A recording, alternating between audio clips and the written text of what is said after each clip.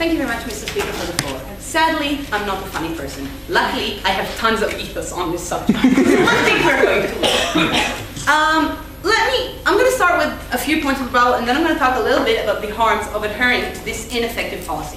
So let's start off very easily. Because first the opposition set us the burden of telling them why we think that the vast majority of trials aren't going to be successful. Clearly, they didn't listen to Dirk's analysis, because what we told you is that those trials aren't about the question whether horrible things have happened.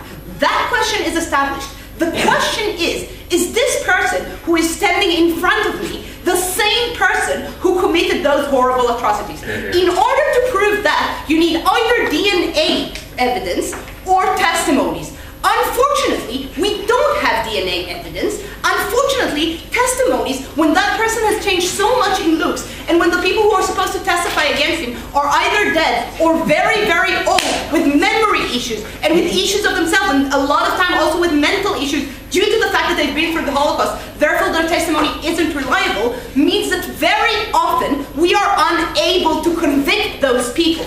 In fact, there hasn't been, as Derek told you, a successful trial in Israel for the past 60 years. We think that indicates we are not likely to be able to convict them.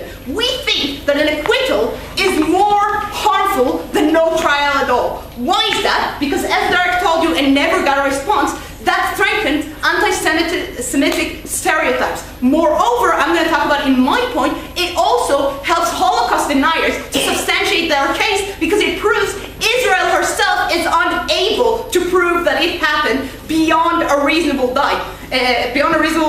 And mind you, that is the bar that we set at a trial. Secondly, I'd like to say Derek was evidently so persuasive that they agree with that extrajudicial killing are wrong. I hope second opposition will manage to be consistent. We've had some issues with that in this group. And what I can tell you, Mr. Speaker, is that that leaves the part of needing to establish why extrajudicial killings are wrong.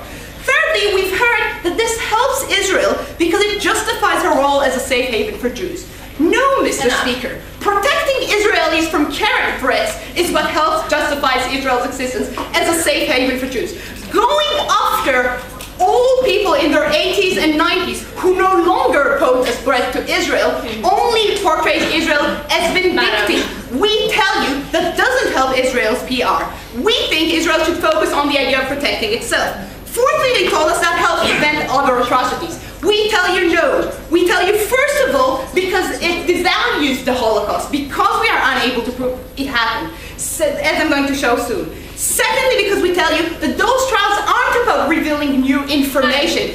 Perfectly, like a good lawyer knows, I hope Ben knows this, that you don't go to trial before you have all the information. You're not expecting to find out new things in the trial. So what we tell you, Mr. Speaker, is that the whole we will learn so much more about what happened point is unvalid. Lastly, they told us this will deter future war criminals from doing those atrocities. Mr. Speaker, we think this is simply ridiculous. Number one, we don't think they make that rational utilitarian calculus and say, well, maybe if I do it now in 60 years, Israel will forgive me. Second of all, we continue to try war criminals in the Hague for many other things. We think there's enough of a deterrent there. And lastly, we think that actually those people are not necessarily the ones who are going to follow the news coverage of this trial. In fact, about restorative justice, we tell you that we would love to get restorative justice. We don't think any punishment you will get at a court is actually going to make the victims feel as though they've gotten their justice.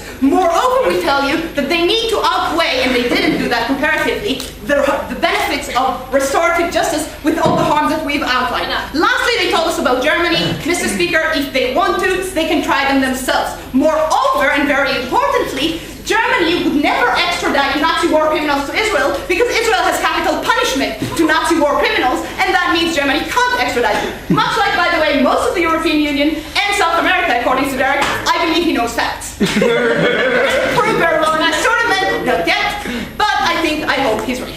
Yeah, then we'll know. So, what are the harms of adhering to this ineffective policy? First of all, we tell you there's a harm in international relations. We violate the sovereignty of other states, and we believe that that is harmful in and of itself because it portrays Israel as a rogue state. It portrays Israel as a state that doesn't respect other countries. Moreover, we tell you, Mr. Speaker, that very prosecute those criminals themselves. For example, Hungary has recently arrested a Nazi war criminal and prosecuted it in Hungary. We think that when Israel goes into those countries and kidnaps those people, that sends a message that we don't trust those countries, which then undermines the relations between those two countries. I'm going to soon move on to resources, but before that, second. So, engage with the possibility that we could successfully try some Nazis. Okay, Should we so try? what I say to that, I'm going to get to that in a few seconds, okay? I'll remember, don't worry. So, resources, what we tell you is, they kept trying to tell us, well, the Mossad can do both, there is no limited cap. Mr. Speaker, there isn't so much amount of resources, as Derek told you, we can dedicate to protecting the security of Israel, the budget of the Mossad, if you want to call it that way. We tell you we can spend it in many ways. We think we should focus on current threats to Israel. We think that focusing on past threats to Israel is not very beneficial, to be very, very honest. We think that while this may not be the winning point in this debate, we've provided you with enough. Second, we tell you we have a limited political capital. But the most important point is this. Look, they said even if one trial is enough, like I'm going to make the most extreme case, even if one trial succeeds, that is enough for us. We tell you no. Why not? Because all the acquittals that we get, and I think I've substantiated that we're going to get quite a lot of acquittals, lead to two things. First of all, they lead to strengthening of stereotypes of the Jews as vindictive, who go after innocent old men. But more importantly, Mr. Speaker, they give weapons in the hands of Holocaust deniers. Why is that? Because if Israel is unable to prove in an Israeli court that the Holocaust happened, that these things happened, and mind you, many Holocaust deniers would not necessarily understand the legal complexities of was it actually proven that this person is indeed that person. We believe that the message that comes across from the acquittal is the Holocaust didn't happen. We think that gives weapon to Holocaust deniers. We think that undermines the legitimacy of the existence of Israel, which is what Opening was concerned about. We think that harms the Jewish cause. We think that harms Holocaust survivors. So all of the factors that they talked about are actually undermined by this policy, not benefiting from it. Mr. Speaker, I'm very proud to propose.